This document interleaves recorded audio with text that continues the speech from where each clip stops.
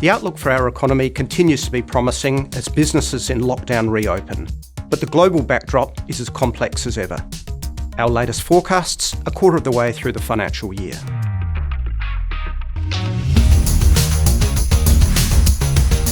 Sentiment held up resiliently through September despite the ongoing impact of the Delta strain here and around the world, and despite more evidence of China's economy decelerating.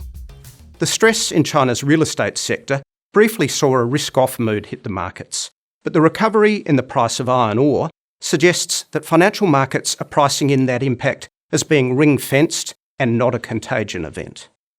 As a result, the focus is back on reopening the economies of New South Wales, ACT and Victoria, and growing confidence that interstate borders can be reopened ahead of Christmas, thanks to progress on vaccination rates.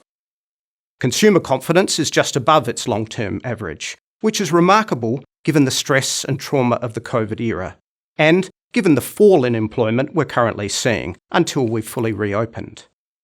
The unemployment rate is still relatively low, but after a temporary pause, should keep falling in 2022 given the high levels of job vacancies and an uplift in business confidence, led by New South Wales and Victoria.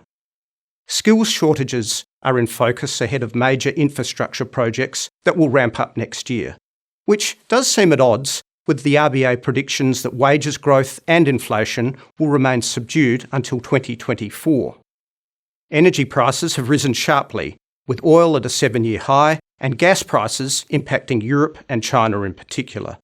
The energy shortages threatening industrial production, so adding to supply chain pressures. The implications for central banks is clear.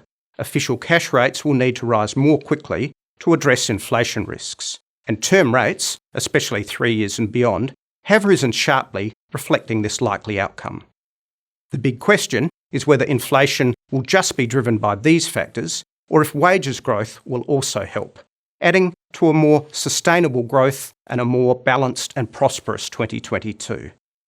As long as we achieve jobs growth, then we should avoid stagflation, which would be the worst case outcome.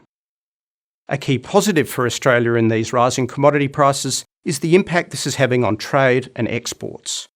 We achieved a fresh record surplus of $15 billion for August, which normally would drive the Aussie dollar higher, but that old correlation between rising commodities and the Aussie is on hold for now, thanks to geopolitical tensions, the slowing Chinese economy, and our Reserve Bank positioning themselves at the back of the queue for interest rate rises.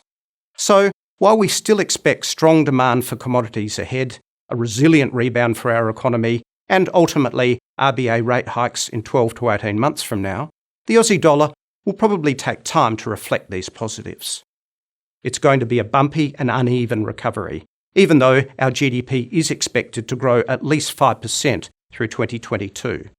But household balance sheets have been buoyed by the property market and accrued fiscal stimulus, so spending into year-end should be elevated. And lastly, equity markets seem to be taking a short breather after the strong gains through to September, and with some thought to where inflation and interest rates will be in a year or two. Overall, the markets are still glass half full, and, like the outlook for the economy, are confident about a highly vaccinated world, but cognizant of the unknowns of living with the virus. And that's the market update from Bendigo Bank.